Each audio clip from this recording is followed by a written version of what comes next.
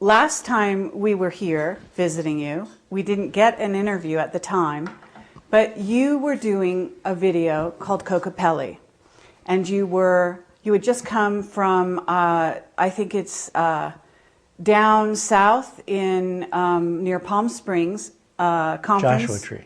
Exactly. That you had given a speech about your findings about what's going on. Actually, it was a four-day conference. Okay. Yes, with a lot of other researchers. Right. And I think maybe David Wilcock was there as well. David was there. Sean David Morton Flynn was there. Sean David Morton was there. One of my lunar researchers, Steve Troy, was there. Ken Johnston was there. Okay, and I really wanted to be there, but was not able to be there. But we were fascinated to find out that Richard Hoagland was now investigating what is happening to the planet as we enter what is this uncharted, waters, in a sense, of the future, going from now, 2008, we're right on the verge, to 2012 and beyond.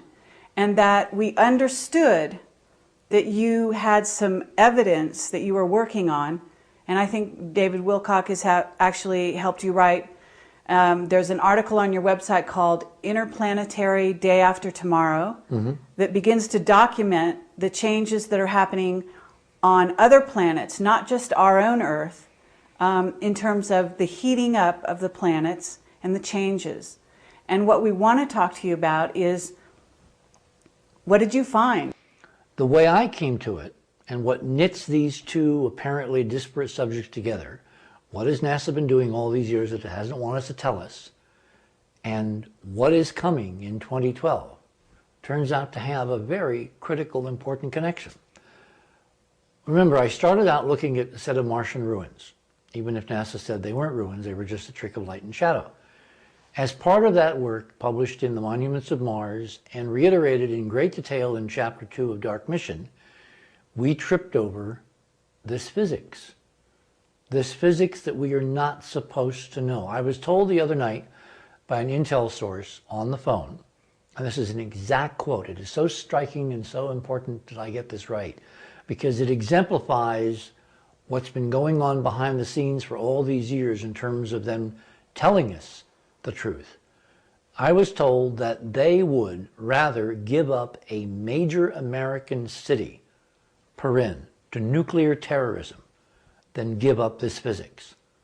And the physics is the physics of anti-gravity, so-called free energy, even consciousness and life itself. It's all bound up with the fact that physics 100 and some years ago, when Maxwell was writing his equations and the modern foundations for electromagnetic theory were being laid in England, took a radical wrong turn. And in hindsight now, as I back and engineered this, and we talk about this in Chapter 2, it wasn't a wrong turn done by people who were misled, who were making mistakes, who just didn't know what they were doing. It was a conscious suborning of the truth. It was done by people manipulating science and scientists, by controlling the journals, by creating the peer review process, by basically eliminating unwanted papers, by attacking character assassination of scientists who were not following the straight and narrow, a conscious herding of the scientific community away from technologies and a fundamental understanding of physics that would liberate all humankind. In other words, control. Remember, I am back engineering this by looking at a set of ruins on another planet, looking at some geometry, and through exquisitely interesting steps that I won't bore you with now because they're in both books, realizing that we had laid out on the surface of another planet an entire physics, entire window to a whole new way of looking at the world, of looking at reality, of what really controls all the stuff up to and including our technology that we take so for granted and think works one way and in fact works on slightly and sometimes major different principles. So with that as backdrop, as I started looking at the ruins on Mars, and then I expanded my search to look at the ruins on the Moon, and these little shards of glass and the confirmations that in fact it's all real. All this stuff that I've been saying all these years NASA's hiding, yeah, they have. Then the question arose, if we're looking at ancient civilizations on these planets that are no longer there, what happened? I mean, if they had this almost magical, godlike power, why aren't they still there? Why are we, as their last surviving, descendants in the model that they're us and we are them, why are we in such an awful condition, fighting with each other over a few drops of oil when the universe around us could provide limitless energy to build the staggering scale of stuff we find right next door on the moon? Something must have happened. So that got me into thinking, okay, we know from terrestrial history that life does not go on, that there in fact are bad things that happen. They happen to people, they happen to cities, they happen to nations, they happen to civilizations. Things have an ebb and flow. There's Shakespeare, the 7 ages of man, beginning, the middle, and the end to collapse it. So if this stuff, no matter how amazing the guys were that did this, if this could come to an end, and it looked like it came to, in many cases, a catastrophic end. I mean, you look at the stuff on Mars, it's obvious that there was a huge planetary catastrophe that swept this away, that buried it under miles of muds and sediments, and it's been eroding, and we're seeing the traces of buildings peeking out from underneath. Even the Russians talk in some of their literature about buried cities under the sands of Mars in their mainstream scientific literature. So you look at all this, and I said to myself, okay, could this happen here again? Could everything we see around us, New York, skyscrapers, the extraordinary technology that went into Apollo, all of the stuff we take for granted, that we're on this unending Victorian march into the future, could in fact it at some point come to an end? Could we currently go through some cataclysm like these guys obviously went through because they're no longer here? So that got me looking at things like ancient record. I'm simplifying, obviously.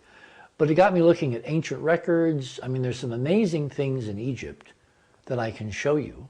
I actually have in this database that really prove that we are not the first. There was this eerie parallel between the face on Mars and the faces of the iconic pharaohs in Egypt, up to and including that headdress, which is called a menes, M-A-N-E-S. It had stripes. If you look at some of the early versions of the Viking imagery of the face on Mars, it's got lateral stripes on both sides of the platform on which the face is lying. That told me that there was potentially an Egyptian connection. Then you fast forward the film and you get into people like Vladimir Avinsky, who was a Russian researcher, who completely separately in 1984 published in Soviet Life magazine a chronology of his investigation of Cydonia, and he wound up calling the face on Mars the Martian Sphinx. More fast forward to film. As part of my research, when Errol Torren came on board the investigation, we realized one day that there was exquisite mathematical linkage between the physical placement of the ruins on Mars and the physical placement of the ruins in Egypt.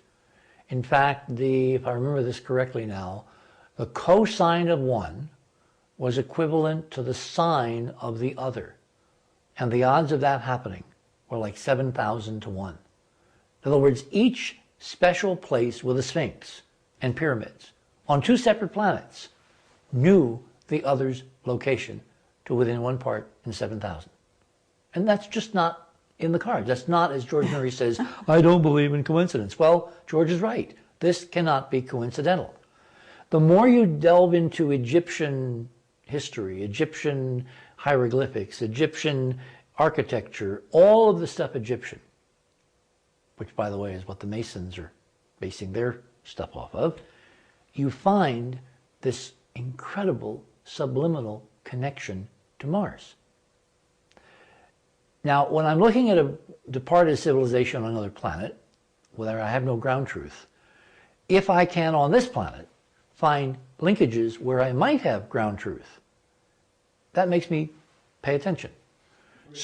Well, bottom line, there appear to be, both in the mythos, in the architecture, in the math, the geometry, at all levels, some profound, deep connection between the monuments of Mars and the monuments of Earth, specifically in Egypt.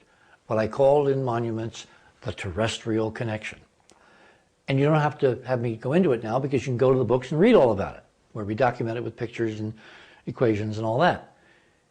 However, that got me looking and really paying attention to a few little blips that in Egypt there may in fact be records, current extant records, a hint of a former high-tech civilization which in the model might have either gone to Mars and built the stuff we were seeing, although now I don't think that's the case, there's too much stuff there, or in fact have been back, what do they call that, blowback, although that's a negative term, where, well, not back engineered, but in other words, the civilization on Mars that we see in ruins could have sent refugees or colonists or whatever to Earth, and then you would have an independent development where they would develop high civilization, and you might see on Earth the record of that ancestry reflected in the monuments. One case in particular was what we see on the screen. This is Abydos, which, by the way, is a very critical planet in the whole Stargate mythology around the very popular television show. And that raises the question, what do those folks know and when do they know it? This is Abydos. What's striking is this is the temple of Seti I, who was one of the Renaissance pharaohs. He was kind of like in the middle part of Egyptian history, about 1,500 years ago. He was a Renaissance guy. He basically was looking back to the beginnings of his culture, his civilization, and he had the power and the money and the ability to order his guys to basically find the good stuff and build monuments affirming what great guys those old original founders of Egyptian culture were. And he built this temple at Abydos. Now, the thing that's striking to me is when you look at the facade of this, what does it look like to you? It looks to me modern. It doesn't look ancient. Mm-hmm. In fact, it looks really, really modern. In fact, I'll tell you what it looks like. It's a big, massive, five-sided building on the other side of the Potomac called the Pentagon. If you look at the Pentagon at ground level, it looks like this, including the columns, which are made out of concrete. These are made out of stone. When you go inside, that's where the real surprise is, because inside, up on the lintels, one in particular that are holding up the roof, you see this amazing frieze of what looks initially like hieroglyphs, but in fact appear to be high-tech stuff. Like, here's a helicopter, here's a tank, here's an obvious anti-gravity spacecraft with tail, here's a land speeder. I mean, this looks exactly like Luke's land speeder from Star Wars, all right? And you've got some other things that look more like iconography, maybe letters, maybe some kind of hieroglyphics. They don't look Egyptian. And what I did was to simply lay out the comparisons right here. Now, anybody who looks at this says, oh my God, you mean the Egyptians had battle tanks and Cobra helicopters? No, that's not what we're saying. What I'm saying is that here's the Abrams tank compared to the tank here. What I'm saying is that this ancient culture, spearheaded by Seti I, looking back through his own sacred records, his own sacred texts, his documentation of what is called in the Egyptian the first time, which is a chronicle of some extraordinary era that occurred before then contemporary Egyptian civilization, that he was memorializing the amazing guys that did and could build and preserve this stuff. And so what I think Seti was doing, Seti I, was he was basically building a museum to memorialize the technology from the time that came before, from the first time. The Shensu Hor, the followers of Horus, who are this lineal priesthood that kept track. And if you look at Manetho's chronology, his calendar, you see these enormous swaths of time that conventional Egyptologists dismiss as, silly, misidentification of lunar cycles for years and stuff like that. But you're talking periods of time that equal like 10, 20, 30,000 years in a chunk. If you run that whole clock backward, this period of time could in fact have been contemporaneous with whoever built what we're seeing on Mars. And the anchoring piece of real science is that when you look at the Giza Plateau, when you look at the pyramids from the top down, look at Bavall and Hancock's reconstruction that the stars in the belt of Orion mimic the pyramid placement at Giza. And you look at how those pyramids are aligned almost, but not exactly, on due north. If you take a very simple clock, which is the plate tectonics in standard geology now, and you unwind that clock of the plate rotation of Africa due to the physics of the planet underneath Giza, it turns out that the architecture of the Giza Plateau and the time frame for whoever built Cydonia is exactly the same, 250,000 years. Okay. Which means we have 28 minutes, just so you can get a gauge. Which means we're looking at an incredible civilization that came and is now gone. Are we talking about Atlantis? Metaphorically, yeah. In other words, if you read Plato, if you read the actual story of Atlantis, I think scholars, and this is my personal opinion, have been too narrowly focused on one place, one island, one night, one catastrophe, that in fact what Plato was referring to, because he was, remember, listening to the priests from Egypt through Solon. He got all his stuff about Atlantis from the guys that did this stuff. He was talking about an era, about a civilization, about a culture, not one little spit of land where a bunch of guys did something really wacky and were beaten down by the gods. Atlantis is a concept, not a place. Atlantis, to me, is the time that came before, which may have included guys who could go to and from the moon, to and from Mars, lay out all the stuff all over the other planets and moons that we have found with great, great effort through the NASA database, and which is waiting to be confirmed by some honest space program that will give us all the truth someday. Leading then back to the inevitable question, if all this stuff once existed and now is all gone, what happened to them? And the answer in the physics is that the physics can go wrong. It can go horribly wrong. It can go wrong on a solar system scale. That's why we're seeing Mars in terrible, terrible ruin.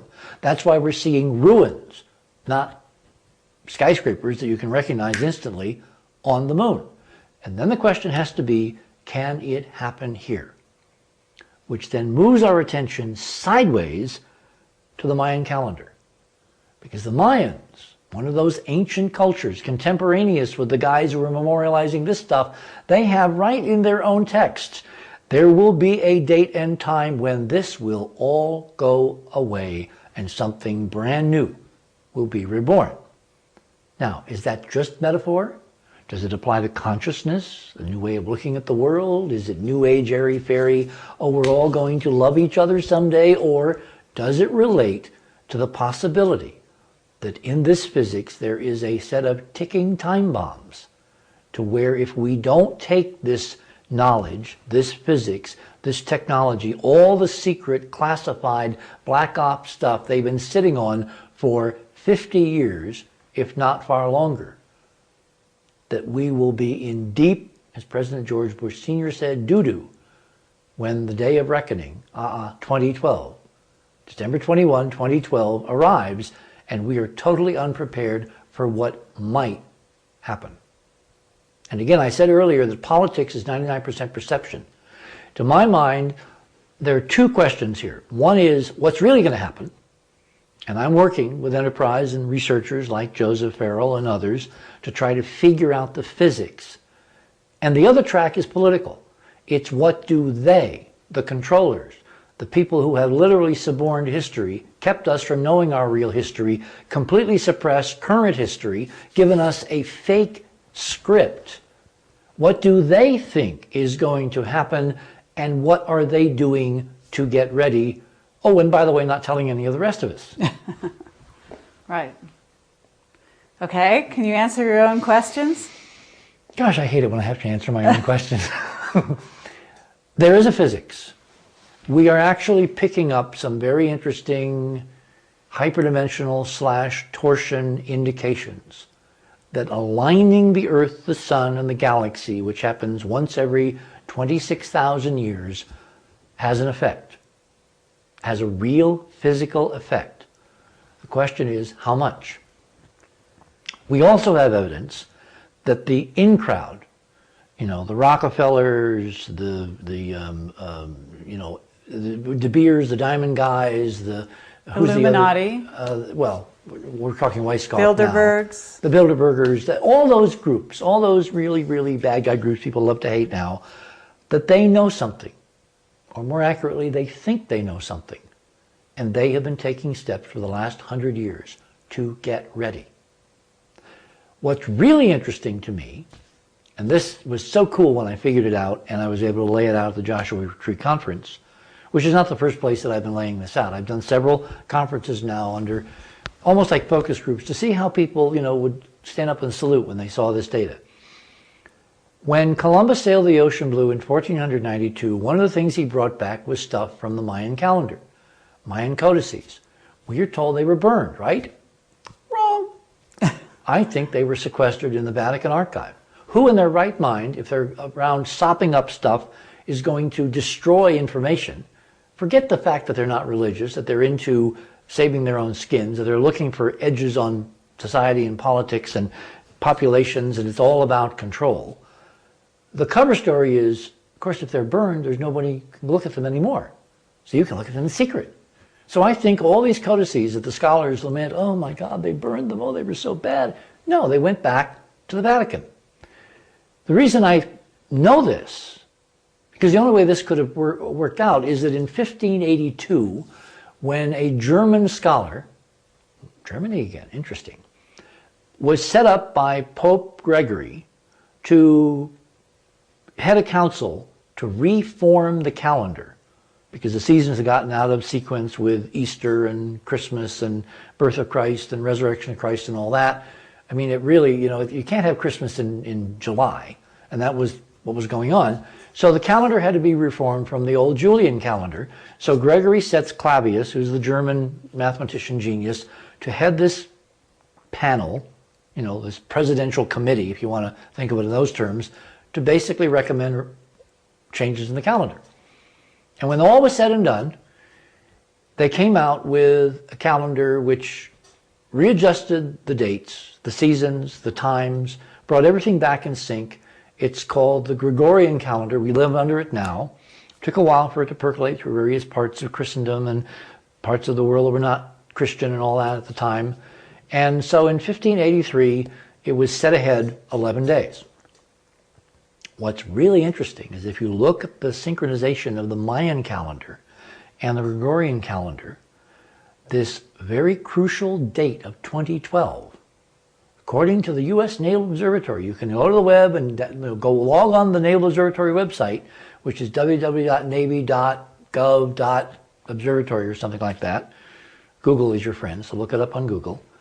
And you will find that the magic moment, the Mayan moment when the world changes, doesn't end, but changes radically, is December 21, 2012 at 11:11 a.m. There is no way that can be accidental, because 11:11 is a code for the physics we've decoded from the monuments of Mars. And that's a long story, which we don't have time to get into now. But it's on the Enterprise website, and it's in the books, it's in Dark Mission, it's in Monuments, so you can go and read. The point is, there's no way that Clavius, Gregory's surrogate, with this German interesting secret society heritage, could have done this unless he either had an independent source of knowledge about calendars that was much more sophisticated. I mean, I've had a mathematics professor who was the head of the department at Fairleigh Dickinson University, which is a Catholic university in the United States, actually write on the record that he could not figure out how Clavius did this. It's too damn precise. So my supposition is that it was the secret codices brought back by Columbus et al., sequestered in the Vatican with the Mayan calendar, where they were able to adjust the Gregorian calendar so it would come out at 11:11 a.m. the morning of the 21st, 2012. Okay, so what happens? Oh, I was afraid you'd ask me that. I don't know. Are you working on that? I'm working on it, of course. It's a work in progress. Okay. I don't know. I mean, I'm not going to sit here and tell you what I don't know. I can tell you what I suspect. Okay. But because the implications are so serious and the amount of effort being spent by the bad guys is so great, I strongly infer that it's not going to be a good hair day for a lot of people. But I cannot take that to the bank yet. Sure. There are various ways that this could be changed radically. One way is if the guys in the Black Ops community who are playing with their secret toys, their secret spaceships, their secret space program, going to and from, looting the moon, finding the libraries, doing God knows what they're doing out there, if they suddenly realize that this technology is actually applicable to entire worlds, that there's a physics here that can literally take control of the planet and prevent bad things from happening, that would be really cool. Because the thing that would get us in the end is if there's a real problem coming and there isn't a damn thing we can do about it. Fortunately, based on all kinds of evidence, including the folks that you guys talk to all the time, everybody inside knows all this stuff. It's just us peons outside that are not supposed to know it. Right. Which means nothing has to be invented. All it has to be is redirected from over here, whatever they're doing with it, to over there, which is the planetary problem. And our job is to get people on the inside to realize they don't have a ticket out of here. That they're caught with all the rest of us. That we're in it together. We're all in it together because the lie has been different at every level. And even if they've been told they have a ticket to leave Dodge, they probably don't. So they have families and aunts and uncles and dogs and cats and mortgages and all that stuff, and they will be here when whatever is coming in 2012, based on a physics that I can document, is here. Okay, well, we have a scientist who is talking to us very briefly for a moment. He came out and he said there are going to be 3 events between now and 2012. And he is a well-regarded scientist, someone you would know. And perhaps you've been talking to him. We don't know. We can't name him. Okay. And he says, 1 is a CME, a coronal mass ejection from the sun. And Bill, you got to help me with this. The second is a magnetic pole reversal. Okay. And said, finally, a pole shift. And he said that these events will begin in 2009 and culminate in 2012. And then he wouldn't tell us any more because he said he was constrained by national security clearance, and we were the first people he'd spoken to outside of the national security community for the last 7 years. And it was only because we recognized his name and said, are you who we think He you paid are? us a compliment. He sent us an email, and we got into a small dialogue. Now, we are being approached by all kinds of people, some from Black Ops. Aren't we all? With secrets to tell, as well as remote viewers, etc., etc. And they've all got information about what may be coming down the pike from between now and 2012. We just went to Russia and interviewed Boriska, the child with past life recall of a life on Mars, who started talking at the age of 7, and we're going to be releasing that interview fairly soon. Basically saying Moscow is going to be inundated by water in a very matter-of-fact tone. and that it's going to happen in 2009. He doesn't know at this age of like 11, he doesn't know why or how. He just knows it's going to happen. We're getting all kinds of evidence. There's evidence of underground bases, of preparation to put, certain groups of people in safe places and let the rest of the people, in fact, something on the order of 2/3 of the population, just wing it and basically, go by the wayside. That's probably a very large underestimate. It's an underestimate. Okay. Now, all of this, we don't like to believe that this is going to happen or that some cataclysm is so massive going to hit the earth in such a way that that these events are going to cause, total destruction and the end of human life. But we're being approached. It's not the end of human life. It's the end of this cycle of civilization. And we will go on, the human race will go on, and if past evidence is accurate, which it is, there will be a new cycle, there will be a new set of cultures and civilizations, and we'll be the myths of their minds and their scribes and their sages, and they will someday develop spaceflight, and they will go to the moon, and they will have people who will keep the truth from them, and the cycle perpetuates ad nauseum, unless we stop it here. So the name of the game, all of us who are looking at this from various facets, like the elephant, that's why the elephant is sitting over there, is we all need to combine our forces, our resources, our knowledge base, our goodwill, and most of all, enlist you guys out there watching this and change the script. The tools are there. I now know the tools are there. No matter what is, quote, coming, it can be dealt with because the physics is so extraordinary. The problem is political and spiritual will. And there's a small group that want us, in the worst case scenario, to all go away. So they're not solving, they're not lifting a finger to solve the problem. In fact, they are perpetuating the illusion, the lie, being different at every level, that there is nothing that can be done. In fact, from our research, there is an extraordinary amount that can be done. In fact, it can be stopped. It can be changed. The first way that you conquer an enemy, and to them we're the enemy, is you make them conquer themselves. You make them give up. You make them want to stop fighting. You tell them it's hopeless.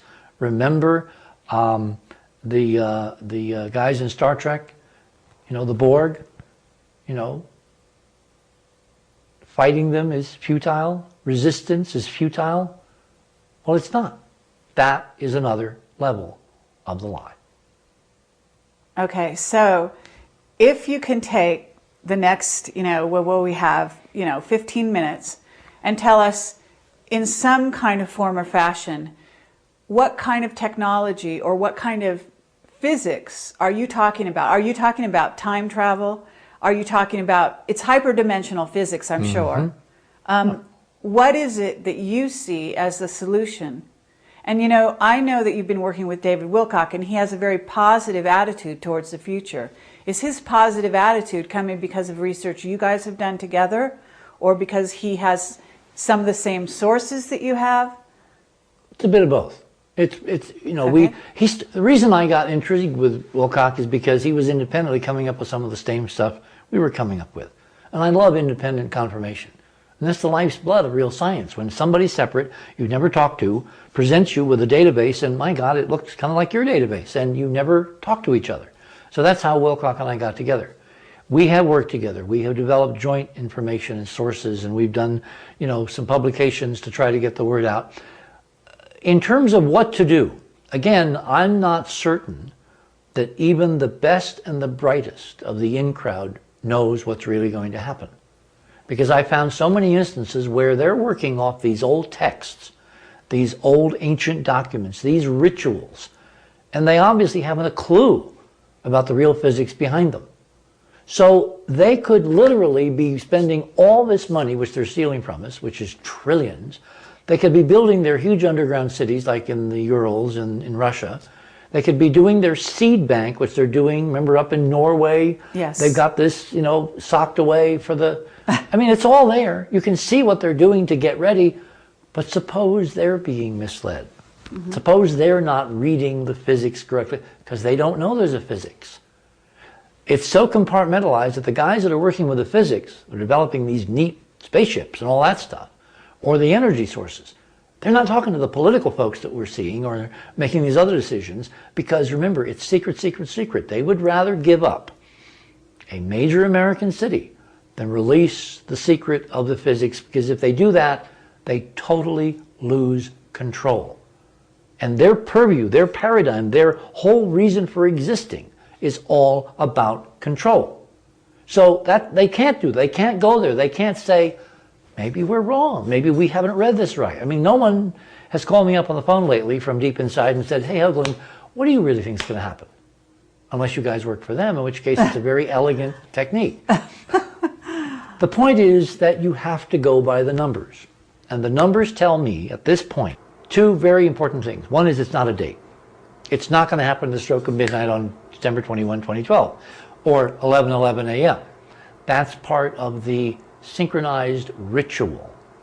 That's a reinforcement that this is really based on the physics, because the code is 11:11. 11:11 is actually, I'll tell you the answer, then you can go and back engineer how we get there.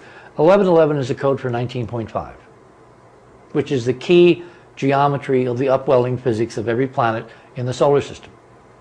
So that tells, it's like the swastika. It's like another version of imprinting something, an imprint, that this is really physics-based, HD physics-based. Okay. So there are two tracks using this physics to avert what is to come, if there is something bad coming. One is technology. I strongly suspect that HARP, in fact, is one of the positive technologies, protected by all the stupid lies all around it. I mean, the worst case scenario, you know, the mind control and they're doing this, they're bombarding people with M rays, you know, all this stuff. No, it's to protect what HARP's real raison d'etre is, which is to try to work with plasmas in the ionosphere, because plasmas are key to controlling torsion waves, and torsion waves are the 3D etheric manifestation of the HD physics in this dimension. So you got a huge multi-gigawatt transmitter working with plasmas upstairs at the poles. Now we find the Russians are very interested in both poles. They've sent an expedition to the North Pole, that Putin did something very curious this past summer, and they also sent a not-so-secret intelligence guy in charge of their intelligence activities to the South Pole. Now, what was that all about? Well, it's because the poles are the secret to controlling the Earth if it wants to flip over. So someone somewhere is actually working on a technology to prevent the worst case scenario. That's good news, because they live here. That means at least one group isn't going to try to leave Dodge. They're actually working to solve the problem. And I can point to, there are some other cute aspects of HARP that we don't have time to get into, but they're on the web and they're in Dark Mission, and they're just so amazingly cool, affirming that some group actually is looking to solve the problem for all of us. Okay. And that's only with the physics and technology we can see. We don't know what's going on behind the scenes that we're not seeing, okay, that's classified. In other words, they could, as I told one neocon some years ago, when I was having this discussion with him, and it was really amusing, because this is somebody that lives, he's a very high-level banker. Go to the money, follow the money, which I did. He lives right next to George Bush down in Houston, all right? So he's obviously intimately involved in that set of conversations. And I laid out exactly at that point, which was several years ago, what I thought might happen. Not will, but might. And he looked at me, and it was the second most intriguing thing that had been told me after Gene Roddenberry's statement. He looked at me and he says, "But you realize, Hoagland, that you'll get no credit for this." And I said, "What?" He says, "Well, this has to be done in secret. Nobody could ever know." I said, "Go do it. To hell with credit. Just go do it." And so things are being done. Mm-hmm. Now, we don't have to know if what's happening. We don't need to know the details. We just need to know that someone's, Bill O'Reilly, someone's looking out for you. And I think there is a component. Remember, it's a fiefdom. Nobody's all in sync. They're all at war with each other. And there's some component that says, holy cow, my wife doesn't have a ticket. Maybe I should do something for the planet because she's going to be stuck here. Mm-hmm. This is someone who wants to have his wife stick around for a while. Sure. So, the other track, which frankly is the more interesting track to me, and it's been slowly coming up, the race analogy on the inside, on the inside rail, horse races, is the consciousness track. Because Art and George and I have been doing these consciousness experiments on Coast for years. Mm-hmm. We have demonstrated that there really is some undefinable, invisible ability of a mass of people focusing on the same objective to affect 3D reality. Mm-hmm. In part, I am sitting here because of that focused technology from Art with the Coast audience, who, when I had the heart attack back in 1999, apart from all of Robin's ministrations and the homeopathics and her, instantaneous, immediate intervention, over the longer term, for that critical first week or so, when Art was focusing people's consciousness on me, there was a difference. I really believe that intervention in that critical first few days really was critical in getting me over that crisis. And then Robin's long-term, supplements and all the other things that she had me doing, and I was eating 10,000 pills per day, that all of that ultimately wound up with me having not one problem, sitting here in perfect health 10 years after that event.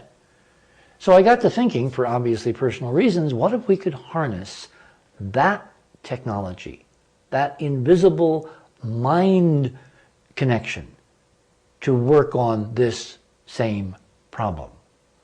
And so we've been discussing quietly with George how we would set up some more controlled experiments. And there was one recently where, I forget who it was, who wanted to do something and had put up a countdown clock. And George had his audience focus on it. And sure enough, Princeton eggs, these random number generators that have been set up under the Consciousness Project at Princeton University, actually showed an effect. On time, on schedule, when people at a certain time of day, I forget when it was, were focusing on the experiment. Suppose we were to lay out in some large media format, in theater, on television, specials, whatever. This is the problem as we've determined it. These are the windows of vulnerability where intervention would be useful. And then we give people simply the database that this has worked over here. It can also work over there. Mm-hmm. And what we do is in the process, we democratically empower ordinary folks, in quotes, all over the world to collectively put aside their isms, their differences, their my God is bigger than your God nonsense, and we focus together as a collective human family to solve potentially the greatest problem in the history of the human family in this iteration of the world. And suppose it worked. That's our challenge. And that's why I'm doing what I do. That's why I wrote the book. And that's why I'm hoping you're enjoying what you're hearing on this program. Okay, well that's very impressive. So you're taking, in a sense, Ingo Swann was able to affect with his mind this thing under, with the help of SRI and Hal Puthoff. Yeah, the so-called magnetometer experiment. Exactly. Yeah, he actually fiddled with it and confused the hell out of them. And they said, it was supposed to be absolutely, impossible. You couldn't do it. But it's torsion. It's all about torsion waves. The Soviets, the Russians, back when they were the Soviets, have 50 years of a database of this is a real physics, which again has been suppressed in the Western world. So what I'm trying to do is I'm trying to bring these two cultures together. I mean, isn't it interesting that we had so much positive response to our Washington, D.C. National Press Club press conference? We had 4 Russian networks show up. We had a Russian network show up in this living room and sit here with me in the screen showing some of this stuff which is going to be beamed on NTV, which is the largest commercial Russian television network, to 120 million Russians in the next few days. If we can build bridges between two cultures that have a database that shows this is real science, this is real physics, this cannot be suppressed, provided ordinary folks forget the authorities who have been lying to them, and they listen to the folks that are trying to get them to see elements of the truth. And then, of course, they have to do their own homework. Because you can't sit and listen to me, and believe me, you can't. You should not. But you have the net. You have Google. Google is your friend. Everybody say after me, Google is my friend. You can now cross-correlate from so many sources that you will get a gestalt that most of what I'm telling you is in fact verifiable and therefore real.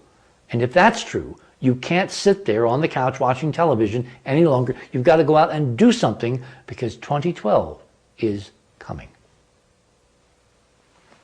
Okay, thank you very much, Richard Hoagland. This has been really fabulous. Camelot thanks you, and we hope to return to interview you and Farrell and continue the story. And I look forward to it.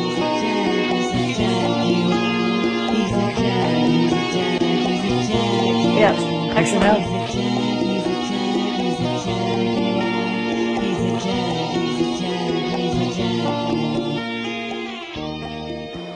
One of the problems of publishing a book like Dark Mission is credibility. When you make claims, even claims based on evidence, even claims based on a NASA source like Ken Johnston, they are always open to interpretation by many, and they're certainly open to attack in terms of the credibility of your sources. In the last few hours on Amazon.com, there has been a review of Dark Mission published by a former NASA flight controller, who not only affirmed that most of what we have put in Dark Mission is correct, but he has also told me through this public venue that there used to be a time when I was doing Coast or doing Bell that the flight controllers would be listening to my expositions on various NASA activities, and that the flight controllers themselves had put all this together as a compilation in the Johnson Space Center library. And then, after a period of time, probably 10 years ago, that tape disappeared. He was disturbed. He went looking for the tape. He then found that he was instructed to stop looking for the tape under penalty not specified.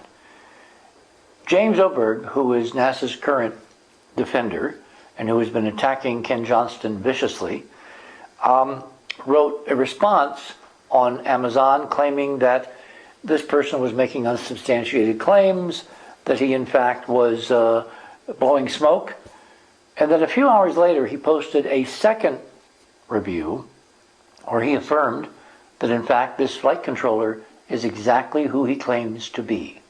Something is changing.